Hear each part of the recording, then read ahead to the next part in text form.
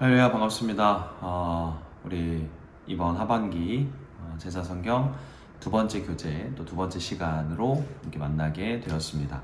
오늘은 제2장 마음에 있는 갈망을 쫓아서 라는 내용을 우리가 함께 살펴보고 나눠 보도록 하겠습니다. 우리는 각각 지금까지 살아온 시간의 흐름 속에 참 다양한 경험을 해왔습니다. 그 경험이 좋은 결과를 낼 때도 있었고 또 그렇지 않은 경우도 물론 있었습니다. 우리가 지난 1강에서도 생각해 봤지만 여행이라는 것, 또 순례라는 것, 또 우리가 계획한 모든 일들이라는 것이 내 판단과 어떤 기대대로 되는 일도 있지만 또 물론 그렇지 않은 경우도 있습니다. 이 경험이라는 측면도 역시 마찬가지로 예상하지 못한 경험을 하게 될 때가 있고 또 그 경험이 우리에게 득이 되거나 실이 되는 경우가 있다라는 것입니다. 그래서 교재는 이 경험을 통해 먼저 우리가 좋은 일이든 또 나쁜 일이든 또 좋은 결과든 나쁜 결과든 얻는 게 당연히 있다라는 것을 먼저 알려주고 있습니다. 그래서 바라던 바를 얻고자 했을 때 또 그것을 통해 좋은 경험이 되고 또 반대의 경우에도 좀 반면교사 삼을 수 있는 또 그런 측면의 배움이 있다라는 것을 우리에게 가르쳐주고 있습니다.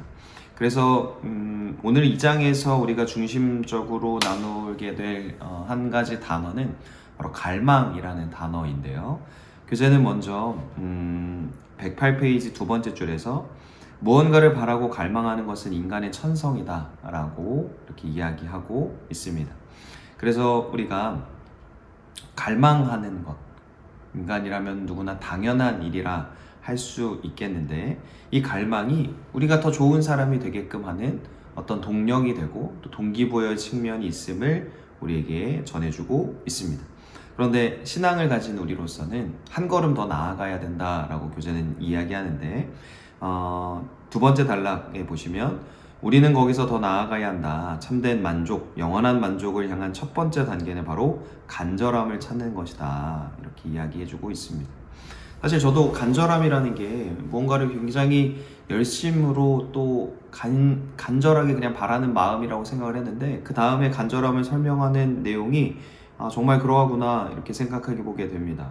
이어서 보시면 그것을 이루기 위해서라면 그래야 한다면 자신이 가진 나머지 모든 것을 희생할 수 있을 만큼 간절히 원하는 것 이것이 만족으로 나아가는 첫걸음이다 이렇게 설명해 주고 있습니다. 간절함이 정말 이러한 측면인 것을 제가 정말 많이 반성하고 또 피부로 느끼고 또 깨닫게 되는 측면입니다. 그러니까 예를 들어서 우리가 이 교재가 설명하는 것처럼 하나님의 나라에 대한 간절함이 있으면 다른 것에 한눈 팔지 않고 또 혹은 우리가 손해보거나 포기해야 되거나 아니면 내려놓아야 되거나 또 양보해야 되거나 덜어내야 하는 것들 아니면 혹은 취해야 하는 것들이 있으면 분명 그렇게 희생과 또 양보를 통해서도 얻게 되는 또 노력해야 되는 측면이라는 것이죠. 그게 바로 진짜 간절한 마음이라는 것입니다.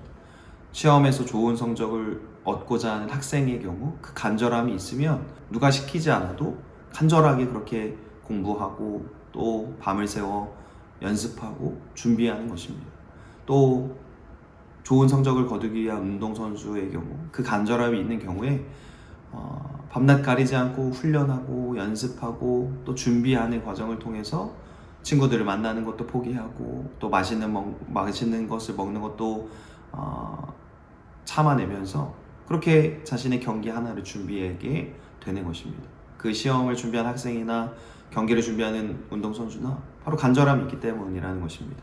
그래서 교재는 예수님께서 가르쳐 주신 이 하나님 나라에 대한 비유를 통해 간절히 바라는 마음이 우리에게 있어야 함을 전해주고 있습니다.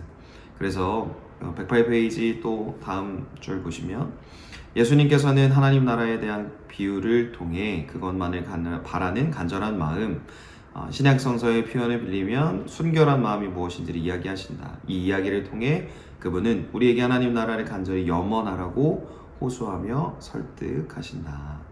그래서 신약 성경에서는 이렇게 온 마음으로 바라고 갈망하는 바를 뭐라고 표현했냐면 바로 보물이라고 표현했습니다.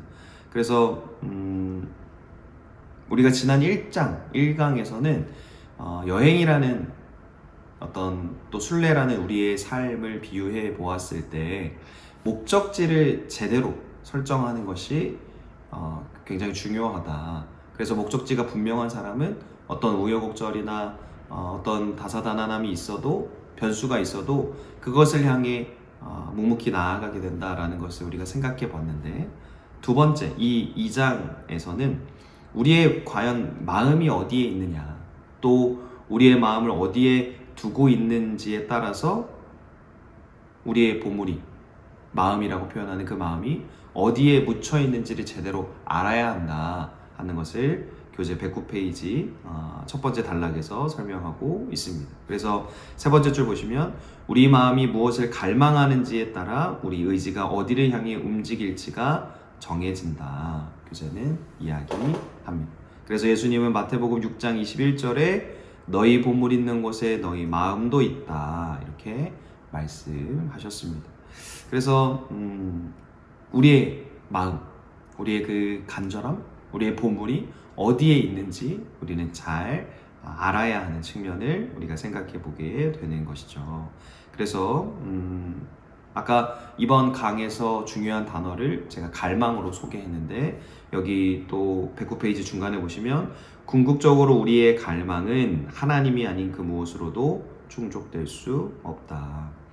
예를 들어서 목마름이라고 표현을 해보면 예수님께서 말씀하셨지만 어떤 물을 마셔도, 어떤 음료를 먹어도, 또 어떤 세상적인 쾌락과 기쁨을 경험해도 목마름이 가시지가 않는 거예요. 그러나 하나님 안에서 우리는 하나님으로 인해 그 갈망, 목마름이 시원하게 해결이 되는 것이겠죠. 그래서 109페이지에서는 밑에서 세 번째 줄에 이 기독교에서 말하는 제자도가 우리에게 있는 갈망을 꺾어버리는 것이 아니라 그 갈망의 방향을 조정하는 것이다 이렇게 설명하고 있습니다. 그래서 밑에서 두 번째 줄에 그리스도를 따르고자 한다면 우리는 우리를 움직이게 하는 동력과 우리가 진정으로 중시하는 것을 하나님 앞에 내려놓아야 한다. 그렇죠?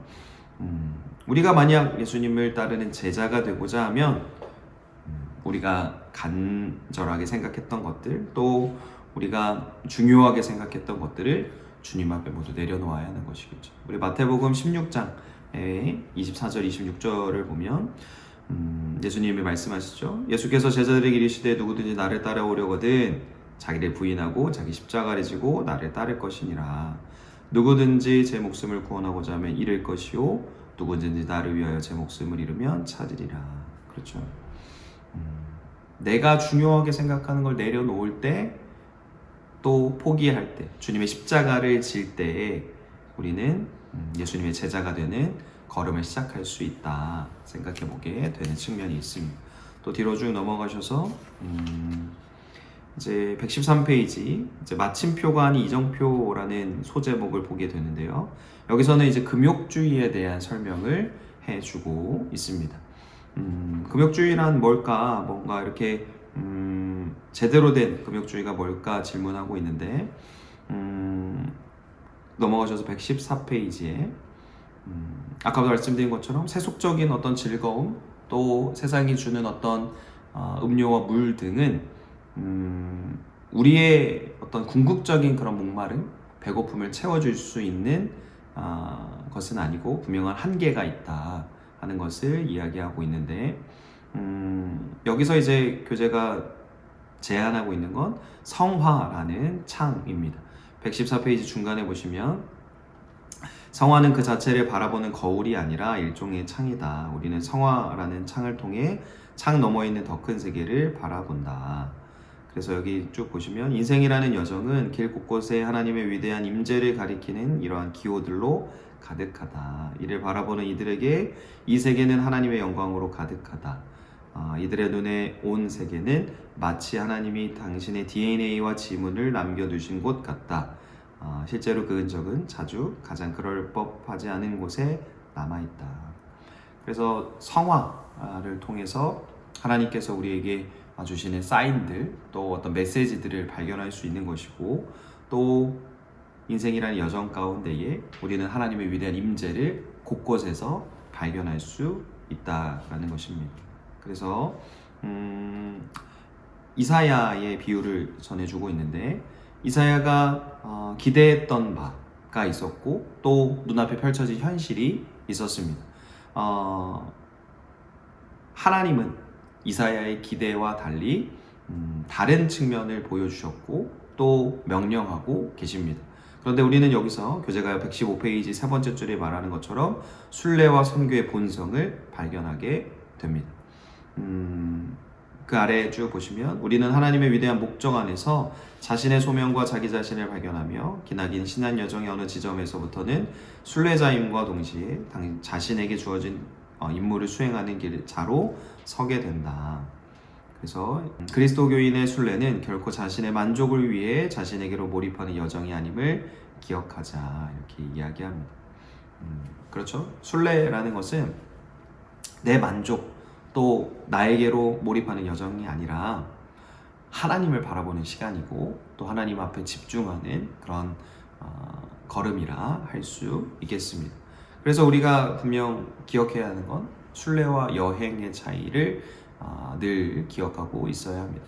여행은 뭘 먹었는지, 어디에서 잤는지, 또 얼마나 좋은 시간을 보냈는지, 어떤 좋은 경관이 있었는지를 주목하게 되지만 순례라는 건 그 모든 것을 극복하고 그저 하나님만 바라보는 걸음이요 여정이라 할 수 있겠습니다.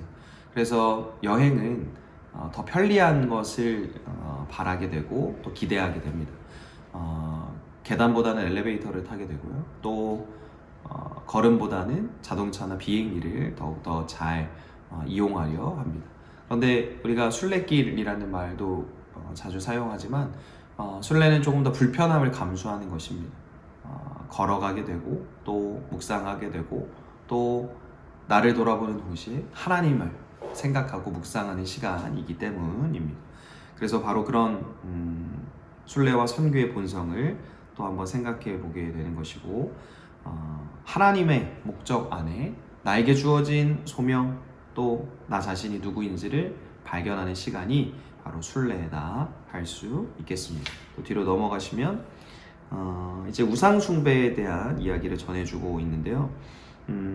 앞서 말씀드린 성화, 상징 모두 일종의 도구인데 누군가는 이것에 집착하고 그 자체에 뭔가 의미를 너무 크게 부여해서 우상으로 만들기도 한다. 그런 이런 유혹이 늘 우리에게 존재한다, 계속되고 있다라고 이야기합니다. 그래서 우상 숭배를 우리가 조심해야 하고 또 멀리해야 하는데 중요한 건 어떤 우상을 숭배하느냐도 중요하지만 또 멀리해야 되는 것도 중요하지만 결국 그 목적에 있습니다. 우상 숭배라는 건 결국 주문을 외우는 일입니다. 신앙인들은 하나님 앞에 기도하는 사람들이지만 우상 숭배라는 건 마치 자판기에 그 음료수에 금액을 넣고 또 그에 상응하는 음료수가 뽑히기를 바라는 마음처럼 내가 이만큼 했으니까, 내가 이만큼 노력했으니까 원하는 결과물을 얻어야 되겠다 하는 측면으로 우상을 숭배하는 것이라 할 수 있겠습니다. 그런데 하나님 앞에 기도한다는 건 그와 정반대입니다. 1,000원짜리를 넣든 10,000원짜리를 넣든 그게 음료수가 나올 수도 있고 음료수가 아닌 것이 나올 수도 있습니다. 바로 내 뜻을 하나님 앞에 맞추는 것이기 때문입니다. 하나님의 뜻, 거기에 내 뜻을 맞추는 것이겠죠. 기도한다는 것은 그렇게 하나님의 뜻에 나의 뜻을 조율하는 일이고, 또 하나님이 이거 해주십시오, 저거 해주십시오 하고 하나님의 일들을 내가 점령하는 것이 결코 아니라라는 것입니다. 하나님은 우리를 왜 창조하셨느냐? 바로 하나님을 찬송하고 하나님을 예배하기 위해 우리를 만드셨다 하는 것입니다. 우리 그 창조의 목적에 대한 말씀 하나를 좀 찾아보면 이사야 43장 21절인데요. 이 백성은 내가 나를 위하여 지었나니 나를 찬송하게 하려 함이니라, 이렇게 성경은 기록하고 있습니다. 하나님께서 우리를 그의 형상을 따라 만드신 이유와 목적, 바로 하나님의 이름을 찬송하고 또 예배하고 높이게 하기 위함이라는 것입니다. 그래서 우리가 높여야 할 대상은 우상 숭배가 아니라 하나님뿐이라는 것입니다. 그래서 우리가 경계해야 될 거는 118페이지에 하나님을 가리키는 상징들을 우상화하지 않도록 경계해야 한다. 그렇죠? 그래서 아래줄에 보시면 죄란 결국 예배에서는 안 되는 대상을 예배하는 것이며 모든 것을 창조하신 창조주 대신 피조물을 숭배해 덫어 걸려 스스로 넘어지는 것이라 해도 과장은 아니다. 그래 결국 예배해야 될 대상을 제대로 예배하는 것, 이것이 얼마나 큰 축복이며 놀라운 은혜인지 모릅니다. 하나님이 가르치시는 어떤 상징들, 앞서 말씀드린 그런 DNA들, 어떤 사인들, 어떤 모습들이 간혹 보인다고 해서 거기에 한눈을 팔 게 아니라 그 근본, 그 중심을 우리는 제대로 파악해야 한다는 것입니다. 그래서 119페이지는 본격적으로 이 시대의 우상이 무엇이 있는지를 가르쳐주고 있습니다. 그 중 가장 우상 숭배에 끌리기 쉬운 것이 바로 섹슈얼리티라고 할 수 있습니다. 우리가 구약의 말씀도 그렇고 신약의 말씀도 그렇고 이 성적인 어떤 타락, 어떤 성적인 문화에 대한 그런 본문들을 자주 접하게 됩니다. 이 성적인 문제를 넘어서지 못하면 신앙적인 차원에 이르지 못하는 다양한 사람들, 다양한 상황들을 우리가 참 많이 목격했습니다. 그래서 교재는 현실을 회피하거나 억누르는 방식이 아니라 궁극적인 자유에 이르기 위해서는 교재 119페이지 중간에 있는 것처럼 우리는 어느 것 하나를 임의로 제거하지 않고 전체를 아우르는 온전한 순결을 향해 천천히 나아가야 한다, 이렇게 이야기해주고 있습니다. 바로 그 근본적인 해결, 원초적인 문제 해결을 해야 한다는 것이겠죠. 그래서 이제 야다라는 표현을 설명해주고 있는데요. 사고, 느낌, 감각에 포함된 알을 바로 야다라는 표현, 동사로 표현했습니다. 그래서 야단 한마디로 정신, 마음, 의지가 통합되었을 때 지정이가 한 목소리를 내며 한 방향을 가리킬 때 나오는 알을 가리키게 되는데, 또 뒤로 넘어가셔서 이처럼 온전한 통합에 이르기 위해서는 우리에게 필요한 것이 있습니다. 바로 훈련입니다. 훈련과 제자도는 늘 함께하며 많은 면에서 서로 긴밀하게 연결되어 있습니다. 그래서 예수님께서 말씀하신 그 풍성한 생명을 추구해야 하고 우리는 이를 위해 훈련해야 하겠습니다. 121페이지에 하나님이 주시는 은총으로 온전히 하나 된 알을 갖게 되면 우리는 우리를 이루는 모든 부분을 통해 들려오는 그분의 메시지를 들을 수 있게 된다. 자칫하면 우상 숭배에 빠질 수 있지만 지금 방금 읽었던 대목처럼 그 온전한 알을 갖게 됐을 때 우리는 우리를 이루는 모든 부분, 보는 것, 듣는 것, 느끼는 것, 또 우리의 삶을 구성하는 모든 것들을 통해서 하나님의 음성을, 하나님의 말씀을 접할 수 있게 되는 것입니다. 그래서 우리가 믿는 이 믿음은 성사와 성육신을 바탕으로 하는 종교인 것입니다.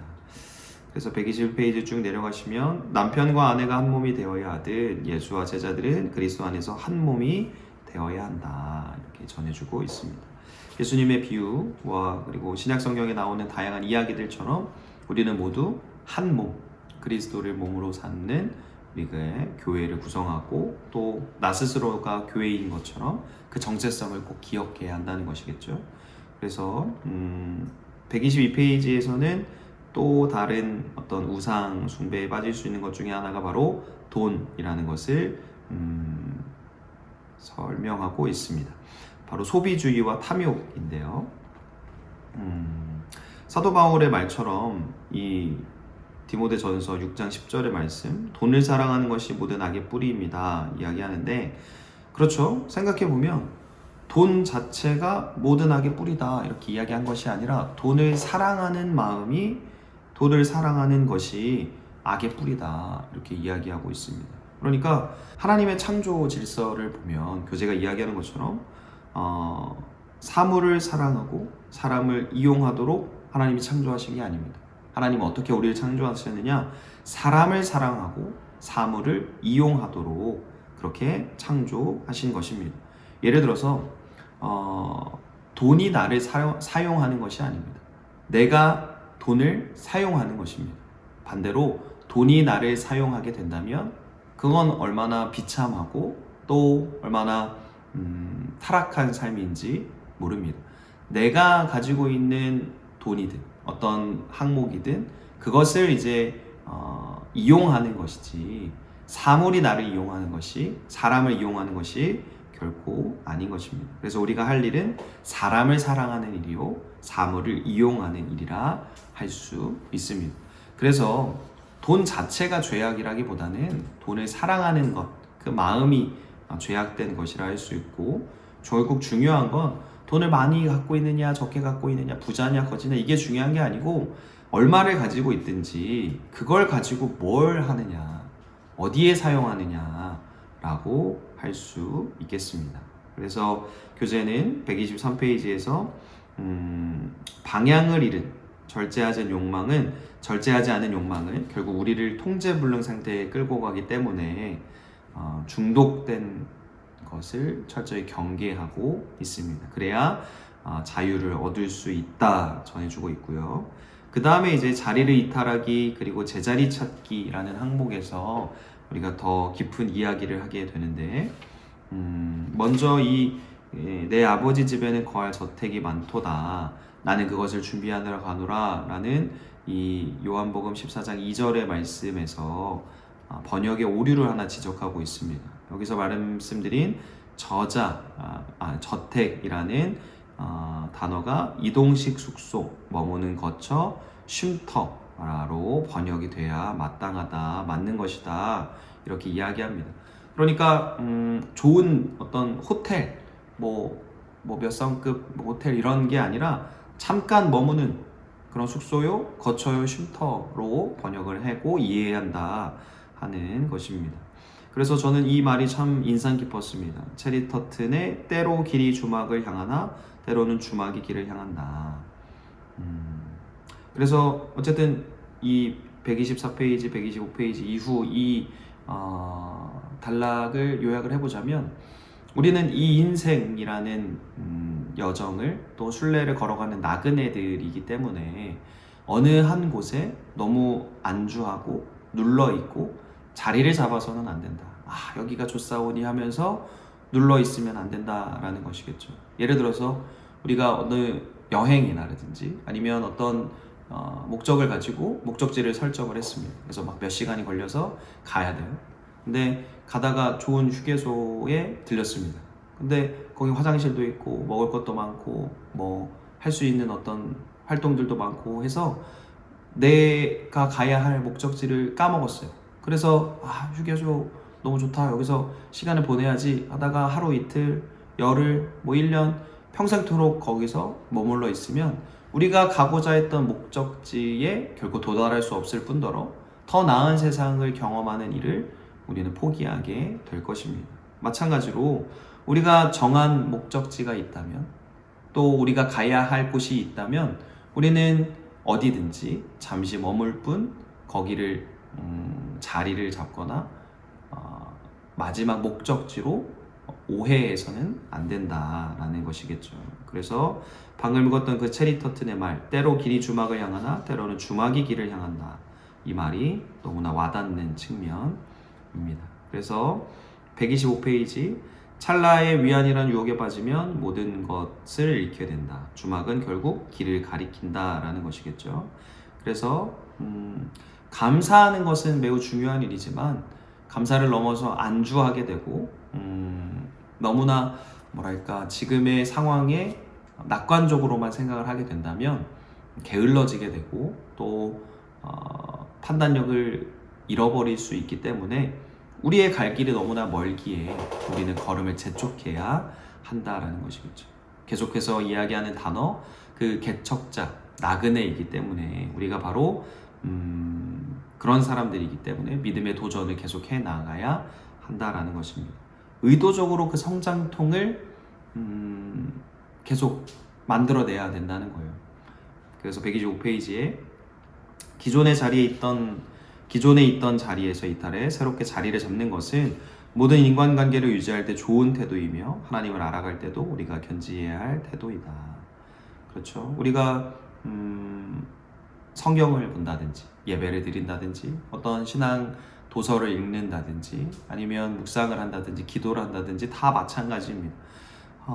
기존의 수준에 머물러 있다면 우리는 더 나은 사람이 될 수 없을 것입니다. 사람과 사람의 관계도 물론 그러하지만 하나님과의 관계에서도 날마다 우리는 확장성 그리고 새로운 은혜를 도전을 소유해야 한다라는 것입니다. 그래서 실제 순례자들이 그러하듯 신앙의 순례자들인 우리 또한 기존에 머물고 있던 곳을 떠나 길가에 있는 임시 거처에 잠시 머무르면 다시금 그곳을 떠나야 한다. 이 과정에서 우리는 잠시 엿보았던 하나님의 영광의 더 커다란 모습을 볼 수 있으며 그분이 바라보시는 것을 우리 또한 볼 수 있게 된다. 교재는 이야기합니다. 그래서 그 말씀드린 휴게소 이야기처럼 거기가 우리의 목적지가 아니라는 것입니다. 영원한 하나님의 나라를 향해 우리의 걸음을 재촉해야 하기 때문에 우리는 짐을 챙겨서 떠날 준비, 이사할 준비를 항상 하고 살아가야 한다라는 것이겠죠. 물론 뭐 지금 살고 있는 집 몇 번지에서 이사를 가야 된다 이런 측면이 아닙니다. 하나님께서 뜻하신 바대로 우리의 삶이라는 이 본래의 어떤 여정의 걸음들을 날마다 새롭게 해야 한다라는 것이겠죠. 그래서 127페이지 그 이유가 뭐냐? 우리의 정체성에 대해서 이렇게 이야기합니다. 그리스도교 영성가들은 순례자가 되려는 이들에게 자신이 머무르던 자리를 떠나야 한다고 여러 방식으로 이야기했다. 그들은 우리가 세상에 있되 세상에 속하지 않아야 한다고 거듭 말했다. 그렇죠. 우리가 생각해 보는 건 우리의 두 발은 이 땅에 딛고 있지만 우리의 머리는 어디로 향하고 있습니까? 바로 머리는 하늘을 향해 되어 있기 때문입니다. 우리가 살아가는 삶의 방식과 배경은 세상입니다. 이 세상은 죄악과 어둠으로 가득한 곳인데 그렇다고 해서 우리가 거기에 동화돼서는 안 됩니다. 하나님께서 우리를 빛의 자녀, 세상의 빛과 소금으로 부르셨기 때문에 비록 삶의 한 세상의 한 구성원으로 살아가는 건 맞지만 거기에 동화되거나 휩쓸려서는 안 되고 세상 사람들과는 다르게 구별되고 거룩한 모습으로 빛으로 그리스도인으로 살아가야 한다라는 것입니다. 세상 사람들은 그 어둠이 확장될 수 있도록 노력하고 그 어둠에 동화된 채 정체성을 잃어버리고 살아가지만 우리는 그렇지 않고 편안함을 버리고 불편함을 감수해야 하며 의도적으로 성장통을 만들어내면서 하나님의 뜻하신 바대로 살아가야 한다. 그 부르심에 합당한 삶을 살아가야 한다라는 것입니다. 물론 128페이지의 교재가 이야기하는 것처럼 우리의 여정이 하루아침에 완성될 수는 없겠습니다. 그러나 여정의 단계가 있겠죠. 다르게 노력하고 차근차근 계단을 하나하나 오르는 것처럼 우리는 그렇게 살아가야 하겠습니다. 계단 하니까 생각난 것이 만약에 우리가 1층에서 몇 층까지 오르려 할 때에 엘리베이터라는 측면을 제외하고 계단을 오를 때 힘들긴 하죠. 또 물론 등산도 물론 그런데 한 걸음 한 걸음 그 걸음을 옮기게 되다 보면 우리의 목적지에 오르게 되고 또 정상에 또 도달하게 되는 것입니다. 그렇죠? 그런 다리 아픔도 또 숨이 벅차오름도 있겠지만 그 성취감은 말도 안 되게 큰 것입니다. 그래서 우리가 그것을 꼭 기억해야겠고요. 그 다음에 129페이지 반복적으로 이야기합니다. 갈망의 방향을 찾기 그리고 제자리 찾기인데요. 신앙의 순례여정에서 반드시 지켜야 할 규칙은 한 곳에 머물러 있지 않는 것이다. 이정표를 종착지인 듯 붙들어서는 안 된다. 이런 것이겠죠. 그래서 129페이지에 때로는 뜨거웠던 이들이 신앙의 정체기를 가지고 있는 모습을 볼 때가 있다. 그 신앙의 순례를 더 이상 잊어가지 않는 이들을 보게 된다 이야기하는데 물론 신앙을 잃은 것은 아니고 그들은 처음 신앙을 갖게 된 이후 매일 새로워지는 살아 움직이는 신앙을 찾지 못한 것뿐이다 이렇게 이야기합니다. 교회와 권태기를 합친 말 교태기라는 말이 있습니다. 뭔가 뜨겁고 뭔가 열정적이고 뭔가 신앙으로 또 성령의 충만함으로 막 이렇게 있을 때가 있었는데 그렇지 않고 좀 차갑고 식어버린 어떤 연인과 연인 사이에 좀 뭔가 권태기가 온 것 같은 시기를 이르는 말이 있습니다. 과연 우리가 그런 사람은 아닌지, 또 이 교재가 이야기하는 것처럼 더 이상 신앙의 순례를 이어가지 못하는 상황에 이르진 않았는지 우리가 한번 생각해 보아야 하겠습니다. 그래서 130페이지에 이야기하고 있는 것은 아브라함의 이야기를 통해 예를 드는 것처럼 눈을 들어 땅이 아닌 위를, 하나님 또 하늘을 우리는 바라보아야 합니다. 그래서 현실 너머에 있는 궁극적인 목적지를 우리가 바라보아야 하는 것이겠죠. 그래서 앞서 말씀드린 그 시기에 맞게, 타이밍에 맞게, 특성에 맞게 다음 시기로 이동하고 성장해 나아가야 하겠습니다. 그래서 130페이지 마지막 줄부터 보시면 뒤를 돌아보거나 다음 시기로 이동하고 성장하기를 거부하지 않을 때 우리는 그 시기만이 우리에게 주는 선물을 받게 되는 것입니다. 저는 이 단어를 바로 익어간다 라는 표현으로 이야기하고 싶은데요. 우리가 계단 하나하나를 오르게 되면 근육도 생기게 되고 또 더 단단한 다리를 가지게 되고 더 성장하게 되는 것처럼 우리가 나이 들어간다는 것도 또 시간의 흐름 속에 있다는 것도 바로 이러한 측면인 것 같습니다.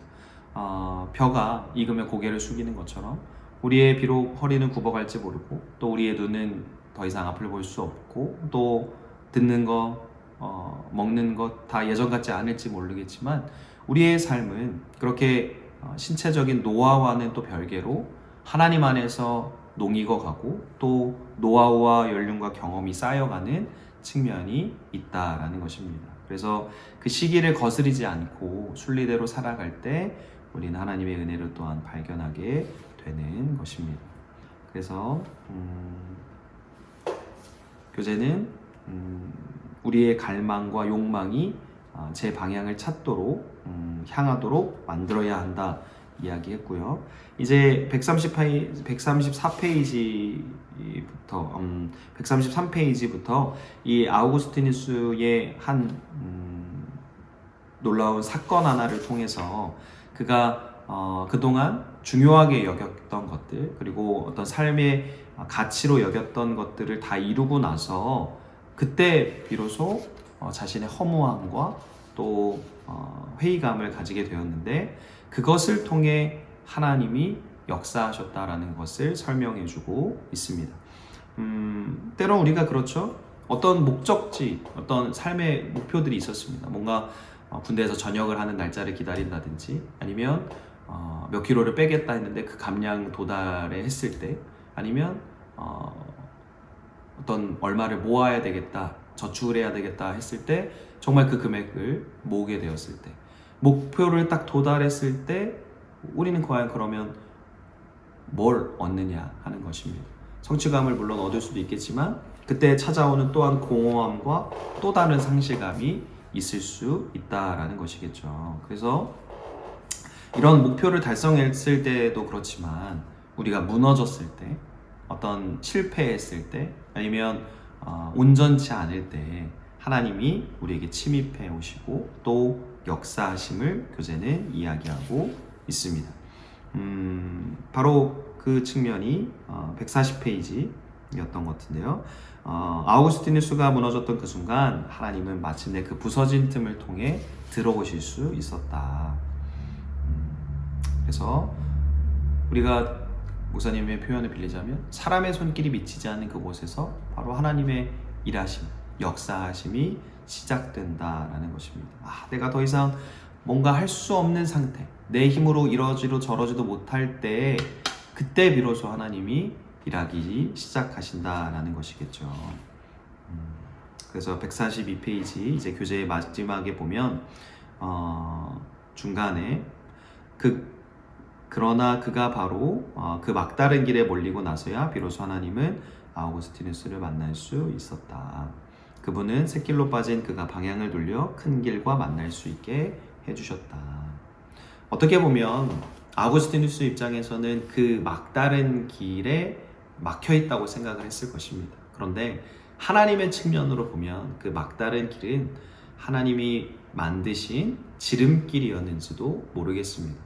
인간적인 마음으로 난 끝났어, 실패했어. 우리가 사도 바울의 그 전도 여행의 이야기를 통해서도 많이 보았지만 이건 망한 일이야.